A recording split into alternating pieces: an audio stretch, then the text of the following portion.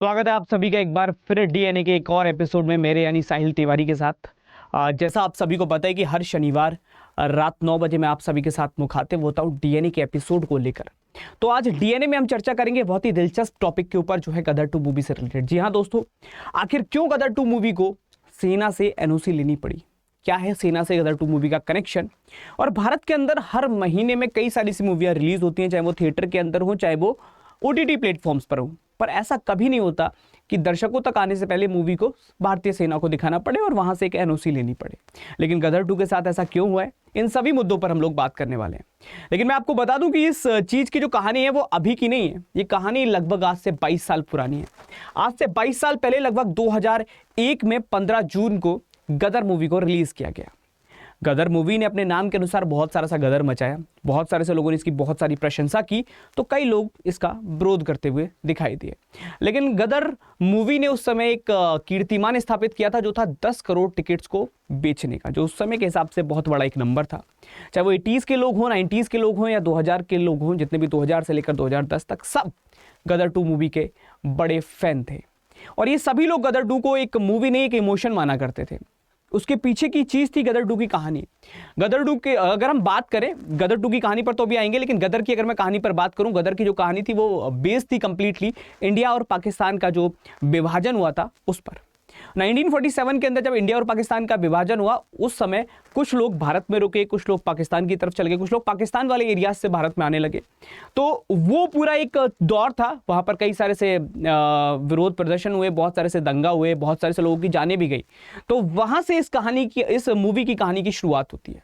इस मूवी की कहानी की शुरुआत होती है जब एक पाकिस्तानी लड़की भारत में रह जाती है, उसका परिवार पाकिस्तान की तरफ चला जाता है। तो भारत में कुछ लोग उसको जान से मारने की कोशिश करते हैं। तो एक भारतीय युवक जिसका नाम तारा सिंह होता है वो उसकी जान को बचाता है और उनसे शादी कर लेता है। कहानी यहाँ से स्टार्ट होती है। उसके बाद जब तारा सिंह की जो पत्नी होती है वो पाकिस्तान चली जाती हैं, तो पाकिस्तान तारा उनको लेने जाता है बिना किसी वीज़ा के। और जब वहाँ लेने जाते हैं तो बहुत सारी सी तबाही होती है, बहुत सारा सा गदर मचता है। और वो पूरा का पूरा गदर एक हिंदुस्तानी के जिस तरह से डायलॉग्स में परोया गया, तो हर एक हिंदुस्तानी को प्राउड मोमेंट सा फील हो जाता है, क्योंकि वहाँ पर तारा से बोला जाता है कि आप इस्लाम को स्वीकार कर लीजिए। वो उस चीज़ के लिए एग्री हो जाते हैं। बहुत सारी चीज़ें उनसे बोली जाती हैं कि पाकिस्तान जिंदाबाद एंड ऑल, वो सारी चीज़ों को बोलते रहते हैं। फिर वहाँ एक वाक्यांश ऐसा आता है जहाँ पर उनसे बोला जाता है कहो हिंदुस्तान मुर्दाबाद, जिस पर तारा सिंह का जो जवाब होता है वो वाकई में सभी के मन को मोह लेता है। आई होप आप सबने वो कहानी पूरी सुनी होगी, आप सभी उस कहानी को बेहतर तरीके से जानते होंगे, तो उस पर मैं बहुत ज़्यादा चर्चा नहीं करूंगा क्योंकि पूरी मूवी का मेरे को आपको बताने का कोई मेरा एजेंडा नहीं है। लेकिन अभी जो इस वक्त मैं आप सबसे चर्चा कर रहा हूँ वो किस विषय पर कर रहा हूँ, गदर 2 मूवी की तरफ आते हैं। तो ये 22 साल पुरानी कहानी फिर से लौट कर आ रही है और फिर से ये 11 अगस्त को सिनेमाघरों में रिलीज जरूर होगी। लेकिन उससे पहले इस कहानी ने करवट ली, जो ये था कि इस कहानी को अगर 11 अगस्त को सिनेमाघरों तक पहुंचना है तो उससे पहले भारतीय सेना से होकर गुजरना पड़ेगा। उसके पीछे की वजह कुछ ऐसी थी दोस्तों, क्योंकि गदर 2 की जो पूरी कहानी है, जहां पर ऐसा बताया जा रहा है कि इस बार तारा सिंह अपने बेटे को पाकिस्तान से लेकर आएंगे भारत।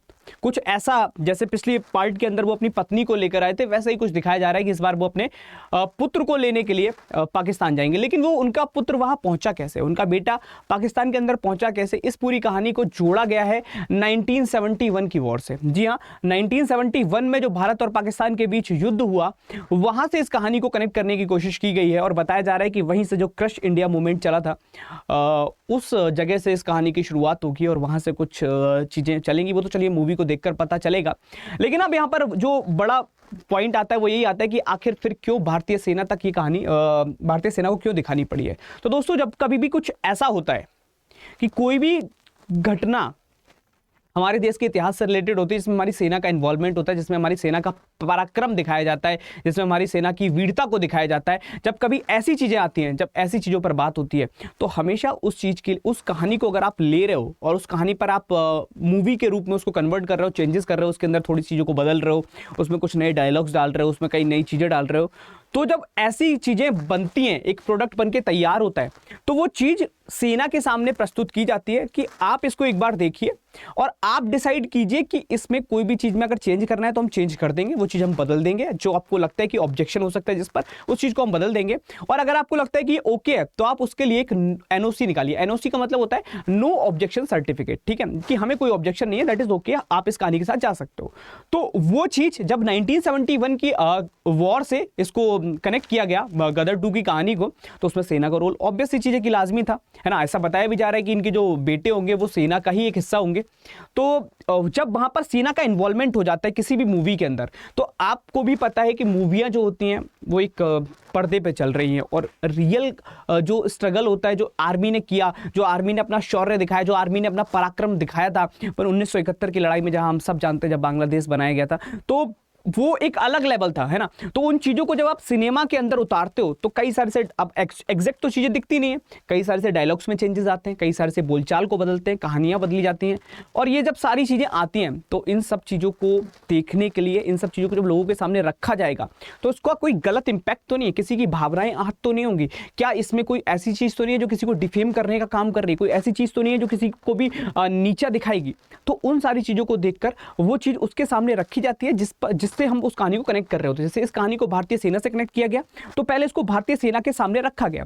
और सबसे बड़ी बात यह कि ज्यादातर चीजें किसी भी जैसे सेंसर बोर्ड के आगे भी जब चीजें जाती हैं, कई मूवियां ऐसी होती हैं तो वहां पे सेंसर बोर्ड उनमें कट करते हैं, कई चीजों को हटाते हैं। तो वैसे ही जब मूवी को सेनाओं के आगे भी रखा जाता है, जब ऐसी कोई कहानी पे बेस्ड हम मूवी बनाते हैं तो उनको जब हम भारतीय सेना के आगे रखते हैं तो भारतीय सेना उसमें अपने अकॉर्डिंग चेंजेस कराती है। मतलब जो चीजें उनको लगती है कि ये चीजें गलत हो सकती हैं, गलत इंपैक्ट डाल सकती है, या इनसे कुछ प्रभाव गलत निकल सकते हैं, तो वहां पर वो चेंजेस करवाते हैं। जब वो चेंजेस करवाते हैं तो वैसे ही गदर 2 के साथ हुआ, गदर 2 को सेना को दिखाया गया। लेकिन एक बड़ी बात यह है कि गदर 2 में सेना ने कोई भी चेंज कराने को नहीं कहा।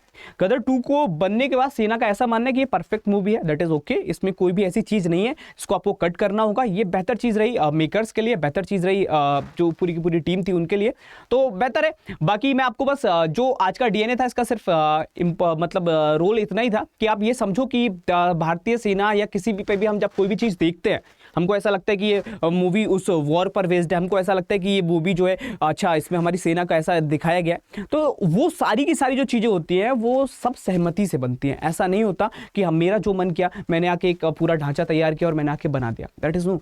एट द एंड मेरे को वो पहले एक एनओसी सर्टिफिकेट लेना पड़ेगा जिस पर बेस में वो चीज़ों को दिखाने की कोशिश कर रहा हूँ। बाकी आपकी क्या राय है?